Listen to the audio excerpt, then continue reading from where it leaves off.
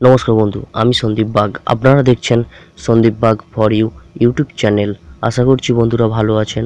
আজকের ভিডিওতে আমি দেখাবো কিভাবে আমরা অ্যান্ড্রয়েড ফোনে আমরা যে কোনো পিকচার, গান, ভিডিও লুকিয়ে রাখতে পারি।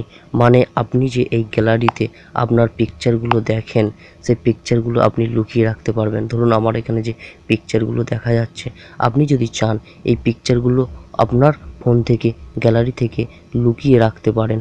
আপনার অজান্তে কেউ যদি ফোনটা খুলে দেখে তাহলে সেও দেখতে পাবে না। আপনি একমাত্র জানবেন যে কিভাবে, কোথায় লুকোনো আছে। তাহলে বন্ধুরা, যদি আপনারা এই টিপসটি শিখতে চান তাহলে আমার এই ভিডিওটি প্রথম থেকে শেষ পর্যন্ত দেখতে থাকুন। আর এই টিপসটি যারা জানেন তারা আমার এই ভিডিওটা দেখে সময় নষ্ট করবেন না। আমি আগেও একবার দিয়েছিলাম, সেখানে আমি দেখিয়েছিলাম পিকচার, ভিডিও একটা একটা করে কিভাবে হাইড করতে হয়। আজ দেখাবো একটি ফোল্ডারকে কিভাবে হাইড করে তার ভেতর যাবতীয় ফাইলকে আমরা রাখতে পারি। চলুন টিউটোরিয়ালসে চলে যাই। সেখানে ফাইল ম্যানেজারে ঢুকবেন। এটা ফাইল ম্যানেজার, আপনারা অনেকেই জানেন। এখানে একটি ফোল্ডার তৈরি করবেন। আপনাদের এখানে একটি ফোল্ডার তৈরি করবেন। ফোল্ডার, এখানে এই যে সাইন আছে, এখানে ক্লিক করে আপনি এখানে একটি ফোল্ডার তৈরি করবেন। ফোল্ডারের নাম দেবেন। তার আগে এখানে একটি গুরুত্বপূর্ণ জিনিস, প্রথমে ডট দেবেন। ডট দিয়ে তারপর ফাইলের নাম দেবেন। ধরুন আমি একটি নাম দিচ্ছি, সন্দীপ বাগ ফর ইউ। আপনি আপনার নামটা দেবেন। ফোল্ডার তৈরি করার আগে আরও একবার বলছি, ডট দিয়ে তারপর নাম দেবেন ফোল্ডারটা হাইড করার জন্য। এরপরে ওকে করে দেবেন। দেখুন আমার এখানে সন্দীপ বাগ ফর ইউ একটি ফোল্ডার তৈরি হয়ে গিয়েছে। এই ফোল্ডারে আমি ফাইলগুলোকে কপি করে রাখবো। আমি একটু গ্যালারিতে যাই। গ্যালারিতে কোন ফাইলটাকে হাইড করে রাখতে চাই সেটা দেখব। ধরুন এই ডাউনলোড যে ফাইলটা আছে, এটাকে আমি কাউকে দেখাতে চাই না।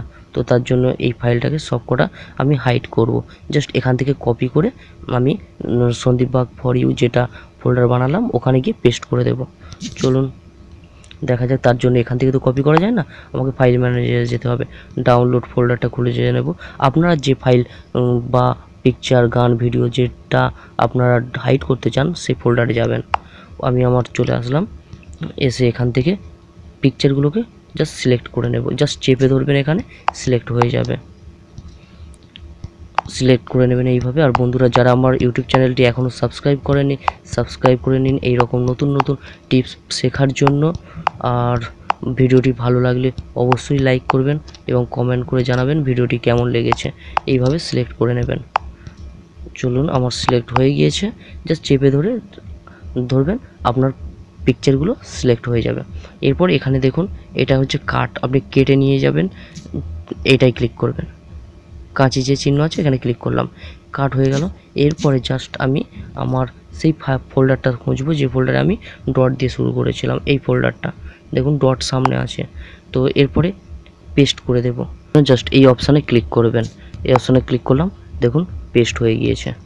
দেখুন ওখান থেকে আমি কপি করে আমার এই dot Sandip Bag for you তে নিয়ে আসলাম। এবার ফাইলগুলো আমি দেখতে পাবো না আমার গ্যালারিতে। আমি গ্যালারি ওপেন করলাম। দেখুন বন্ধুরা, গ্যালারিতে কোনো ফাইল নেই। এই যেখানে ছিল সেই ফাইলগুলো দেখুন, কোনো একটা ফাইল নেই। এইভাবে আপনি যদি ফাইলগুলোকে হাইড করে রাখতে চান তাহলে এই টিপসটি খুবই গুরুত্বপূর্ণ টিপস, আপনারা করে দেখতে পারেন, ভালো লাগবে। আর আমি তো পিকচার দেখালাম, আপনারা চাইলে গান, ভিডিও যে কোনো ফাইলকে আপনি ডট ফোল্ডারে নাম দেবেন, দিয়ে সেই ফোল্ডারের ভিতর রাখবেন।